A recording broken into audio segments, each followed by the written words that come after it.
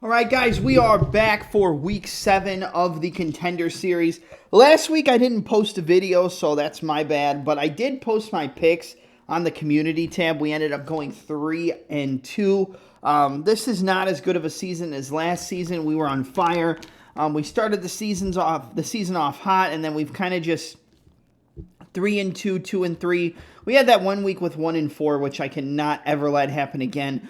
But, yeah, let's get into this week. I think we have some decent matchups. Again, it was a little bit hard to find tape on some of these guys.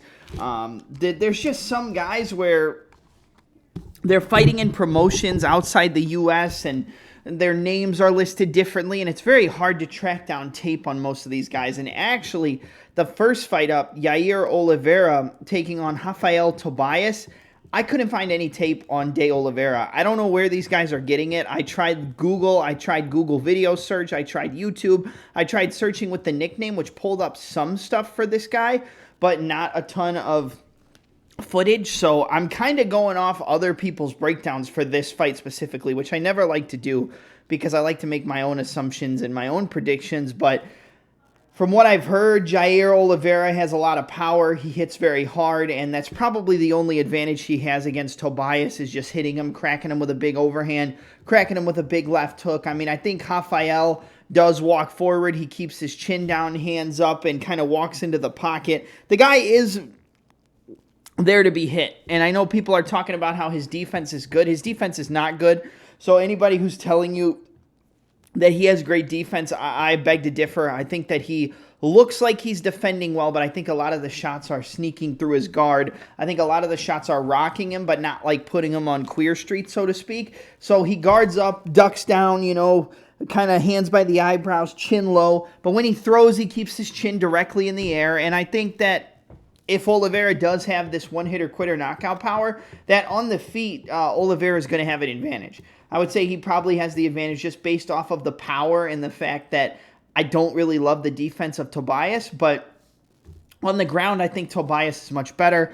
I think he probably can get takedowns and control him from the top position and land a lot of ground and pound. Probably elbows, hammer fists, soften him up. He's very good at flattening his opponent out, putting in the grapevines and really extending his legs to flatten him out while he's in the full mount. And then he can work his knees up to your armpits, land some elbows, and then fall off for submissions.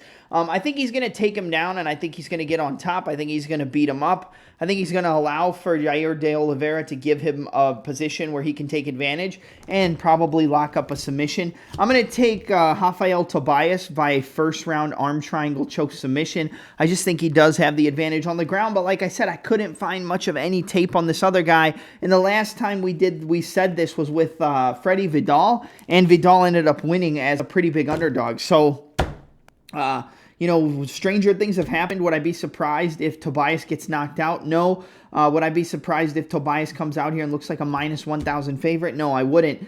But I'm going to take Tobias to use his grappling, get the takedowns, control him on the top position, or control him from the top, soften him up, and then get the submission in round 1. Give me Rafael Tobias, round 1, arm triangle choke submission.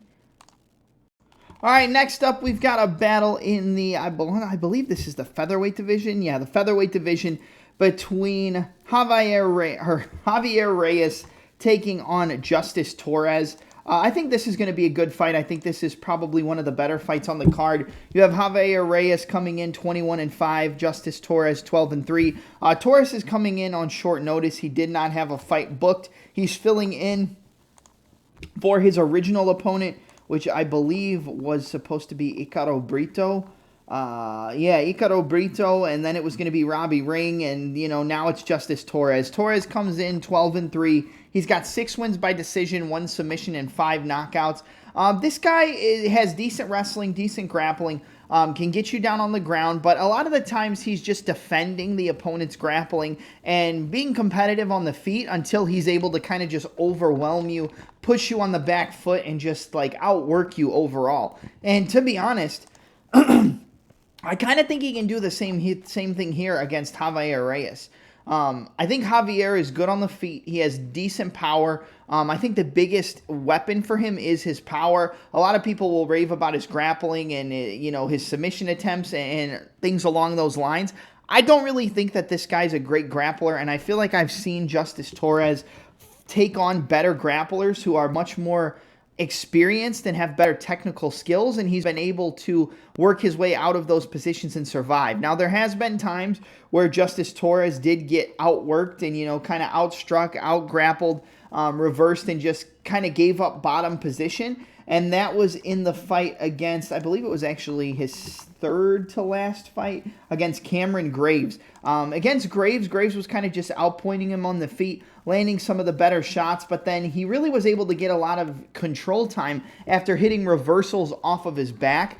He was going for a lot of scissor sweeps from the armbar position and using that to work his way back up to get on top, and then it was really hard for Torres to work his way back up. Now, do I think he has inefficiencies or deficiencies on the ground in Torres? Yeah, I do, but I don't necessarily see Javier Reyes. I keep saying Javier and Javier. It's Javier, so correct me if I'm wrong, but I'll correct myself. I think Javier Reyes is a decent grappler, but I don't think he's technically good enough to really exploit the holes in Justice Torres's game. I think Torres is going to be able to work his way back up to the feet if Reyes does take him down. I think he's going to be able to get out of submission attempts as long as he doesn't make any glaring mistakes. And I know he's coming in on short notice, but I think that this guy can outwork a guy in Javier Reyes and just overwhelm him down the stretch. I feel like the second and third rounds is where Justice Torres can take advantage of a guy like Reyes, because I don't think he's the greatest technically. I just think he's very powerful.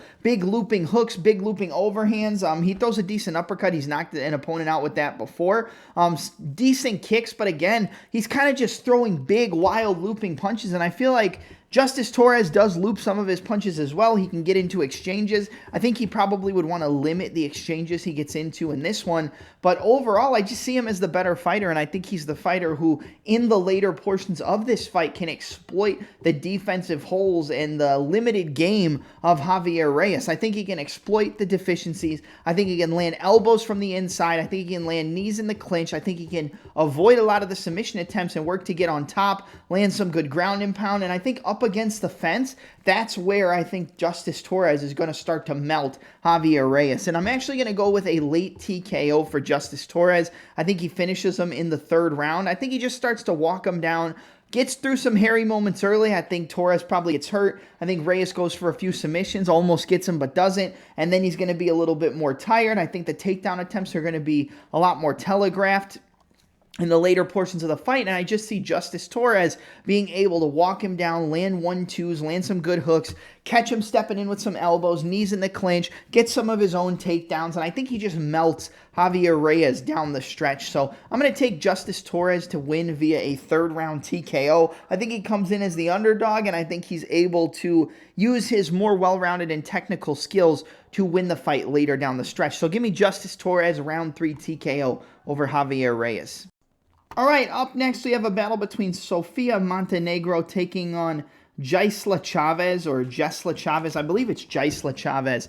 But this is another one where I couldn't find any tape really on Gisela Chavez aside from some Muay Thai kickboxing fights that look like they took place a few years ago. And I did notice that she has some pretty decent striking. I'm going to go out on a limb and say that I actually think from the training footage, from the just sparring sessions I've seen on her Instagram, because I did do some digging, I think she's the much more clean and powerful striker in this fight. I really do. I think Sofia Montenegro, I've seen her. She's tough. She's durable. She gets into wars. She has good takedowns, good top control, good jiu-jitsu. She's good at taking the opponent's back. She's good at controlling on the mat. But on the feet, I mean, this chick just eats punches.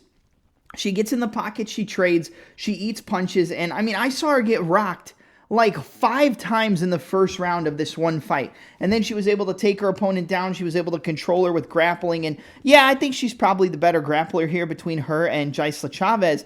But I believe Chavez has some teammates who have also competed on the Contender Series. I believe the guy who knocked out Chasen Blair in the first round is on her team, along with, I want to say Felipe Franco. Let me see.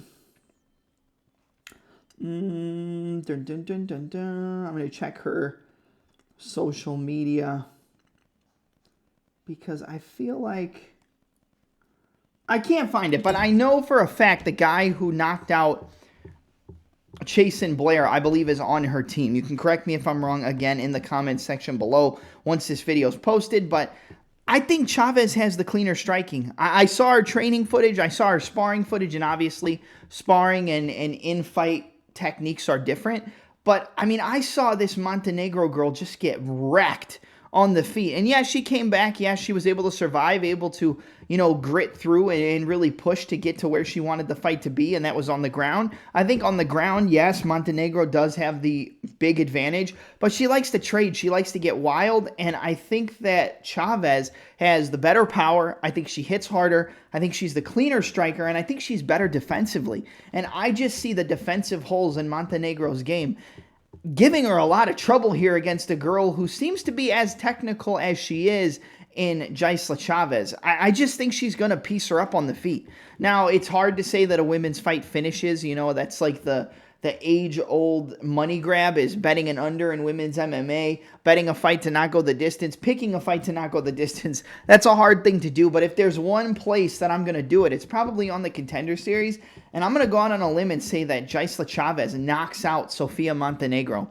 I'm going to say she knocks her out. I'm going to say that the defense is still going to be a liability. I think she gets her to the ground once, but I think Chavez works her way back up to the feet. I think that she's training out of a good camp, and I think she's going to be the cleaner striker on the feet, and she seems to have a little bit of pop in her shots, and I've seen Montenegro get hurt. I've seen her get clipped. I've seen her get wobbled. I've seen her get dropped. She likes to trade. I think that's going to be her demise here, and I'm going to take the underdog in Gisela Chavez to get the win via a second-round TKO over Sofia Montenegro.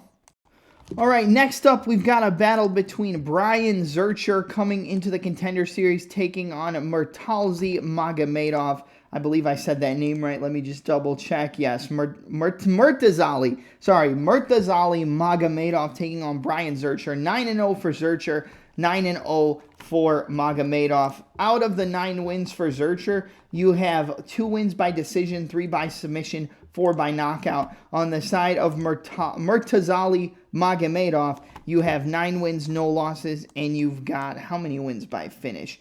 5 subs, 4 knockouts, never been to a decision. This is a good fight. This is probably going to be the best fight on the card, just based off what I've seen. I think that Brian Zurcher wins this fight late. If it gets into the second round and into the third round, I think he probably takes over. This guy is a pressure fighter. And the problem with pressure fighters, while it's a good thing, it's also a negative, is that they can pressure so much that they just end up walking into big counters. Now, from what I've seen from Zurcher, I haven't really seen him get rocked. I haven't seen him get hurt. I've seen him hurt guys. I've seen him knock guys out. He's got a good left hook. He's got a good right hand. He's got solid uppercuts. He seems to manage his range and distance well. But against a guy like Murtazi Magomedov, who's very long, tall, and rangy, I feel like he's going to be able to use his range a little bit better, just with long-range attacks, like the front kicks to the body, the teep kicks, the 1-2s, the jabs, the crosses, which is obviously a 1-2. The straight, long attacks, I think, are going to be a problem for Zurcher to kind of get on the inside of. But I've also seen that you can pressure Magomedov. Magomedov's a guy who, likes to walk forward, but he tries to fight off the back foot, and he seems to get cracked a lot when he's moving backwards. And I don't like that against a guy like Brian Zurcher. I've seen Zurcher get put into some bad positions on the mat. I've seen him get put into some bad submissions, and I've seen him get out of them. So I've seen him work his way back up. I've seen him reverse position and get on top. And I think the jiu-jitsu is what he's going to have to worry about the most for Magomedov. I would say the triangles off of his back, the arm bars, and potentially just getting rocked and falling into a front choke. We know that a lot of these Dagestani guys, they have really solid front chokes. But one thing I do know is that I believe Brian Zurcher has been working under Islam and Khabib Nurmagomedov for this camp. So I'm going to go out on a limb and say that his takedown defense is probably much better than it was before this fight came up. I'm going to say his submission defense is probably the best it's ever been coming into a fight like this. And I think that's really going to pay dividends here. I like Brian Zurcher to come in and get the job done, and I actually think he knocks out Murtazi Magomedov. I think that Magomedov's decent, like I said. I saw him land a nasty knee right up the middle against one of his last opponents, but I also saw him get taken down. I saw him get his back taken. I saw him get rocked in the first round, get his takedown stuff, get his back taken. Like, I don't think this guy is as good as his record makes you think. And I've seen Brian Zurcher just measure fights very well. He measures his range and distance. He throws uppercuts, 1-2s. He throws good body kicks. He's a very active fighter. He doesn't just sit on the outside and kind of sit on a lead, whereas I think Magomedov just kind of sits and waits and waits and waits. I do think that maybe if Zurcher tries to come into the third round and play games and think that he's ahead and he can't get cracked, that maybe Magomedov could crack him and potentially sub him. I see more of a club and sub way of winning for Magomedov here, where he just catches Zurcher pressuring, hurts him, and then grabs his neck and chokes him out. Whereas I see kind of an attritional TKO finish for Brian Zurcher here against Magomedov, who is long and rangy but doesn't seem to know how to use his length and reach to the best of his ability. Again, you got to watch out for shots up the center channel, those uppercuts, those knees. He's got a nasty knee up the middle, and solid grappling, but I think the grappling for Magomedov, he might get him down, but I think it's going to be hard to submit Brian Zurcher early, and if he doesn't sub him, I think it's going to take the wind out of him, and I think Zurcher is still going to be on that front foot, pushing him back, ripping shots to the body, ripping shots up top to the head. He's got good boxing. He's got good kicks. I think he's a very well-rounded guy, and he's also very good from the top position in not giving up submissions and being able to maintain that top control. So I'm going to say that the fight's competitive for the first, 7-8 minutes, but I think Zurcher takes over, starts to put that pressure on Magomedov, starts to draw out the takedown attempts, which makes them easier to defend. He starts throwing those kicks to the body and stuffing the takedowns off the return, or off the retreat, where he pulls the leg back. And then I think the boxing just starts to eat up Magomedov. I think we've got him shooting at attempts that aren't the smartest idea. And I think that Brian Zurcher is going to finish Magomedov in the third round. I'm going to say it's going to be a third round TKO. I think he cracks him with a big left hook, drops him, and finishes him off. Give me Brian Zurcher to remain undefeated in hand.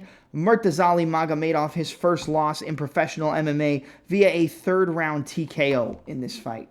Now we're at the main event for Week 7 of the Dana White Tuesday Night Contender Series, a battle in the middleweight division between Montas Kondratavicius, who comes in with a record of 7 wins and 1 loss, 5 wins by knockout, 2 wins by submission, taking on Danny Barbier, who comes in undefeated, 7-0, with all wins by way of finish, 3 submissions, and 4 knockouts. The one thing I will say between the two is I think the cleaner fighter overall is Danny Barbier. I feel like he probably can mix in the wrestling a little bit better than Kondratavicius. I feel like he's going to be the better grappler overall. But I also think Montas has good takedown defense, and I think the takedown defense could hold up here. When you look at Montas, again, like I said, 7-1, all 7 wins coming by way of finish, but he did get finished in his 1 loss. He got submitted. So I think a lot of people are coming in here thinking that Barbier's going to be able to use the takedowns, use the grappling, get on top and submit him, and that could definitely happen. But when you look at Danny Barbier, he's taken 2 very lengthy layoffs from 2016 to 2019, and then from 2019 to 2022. So he basically took 6 years off of his mixed martial arts career, and I know he's undefeated, but that begs the question of, what issues was he dealing with physically or mentally that caused him to take about 6 years off? I'm going to go out here and say it. Overall, I think the more well-rounded fighter is Danny Barbier. But I feel like Montas might just be a little bit more nasty than Barbier. He's got good elbows in the clinch, vicious knees to the body, vicious knees up top to the head. He has decent takedown defense. We saw him get taken down. We saw him get submitted in his 1 loss. But he tends to see takedowns coming pretty well. He can defend well. He likes to break off the takedown defense with knees and elbows. And I just feel like overall, He might not look as clean as Danny Barbier, because I think Barbier has good straight punches. He has solid kicks, good takedowns, really good ground and pound. I think that the ground and pound elbows are probably going to be the area where Barbier's most likely to finish this fight, is just if he gets those takedowns and he's in the guard and he just folds the elbows over. But I don't think it's going to be that easy to take down Montas. I do think that that's the smart game plan, is to take him down, because we've seen grappling holes there before. But at the same time, I think if this fight's on the feet, I think the more decorated kickboxer in a fight that might play out mainly in the kickboxing and striking realms is Montas Kondratovicius. I think Kondratovicius uses good elbows and knees in the clinch. He's got a good solid 1-2. That right hand is nasty. He lands on your chin. He can definitely put you out. And I don't like Barbier taking all this time off. I think he's the cleaner fighter overall, but with the layoffs and the fact that I know Kondratovicius is going to come in here and look for that knockout and has a lot of power in his hands, I got to go with Montas. I'm going to go with Montas Kondratovicius to get the job done here via a second-round knockout. You know, a lot of the main events for Contender Series have been going the distance, so if this fight goes to decision, don't come back yelling at me, because a lot of these fights are making it to the scorecards when they are not expected to make it to the scorecards. You know, aside from the Daywalker getting absolutely slapped by Steven Asplin, that one ended early, but for the majority of the rest of them, man, they're going the distance, or at least going over 2.5. So I think Danny Barbier can win this one. I feel like he has more ways to win in terms of exploiting the grappling holes of Montas, but he's also been a lot less active than Montas. And I'm going to take the fighter who's been more active. I'm going to take the fighter who I think has made more improvements in their game from the beginning until now, and that's Montas Kondratovicius. I don't love him. I don't think he's this amazing striker, but I think he's vicious.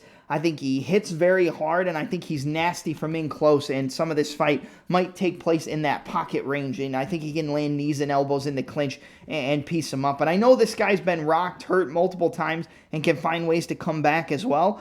So give me Montas Kondratovicius to win via a second-round TKO over Danny Barbier. All right, that's it for my Week 7 Dana White Tuesday Night Contender Series preview, predictions, and breakdown. Don't forget to leave me your picks, your favorite underdogs, your favorite bets, your favorite unders and overs, and anything in between. Leave those in the comment section below. I'm your host, Double M, and I'm out.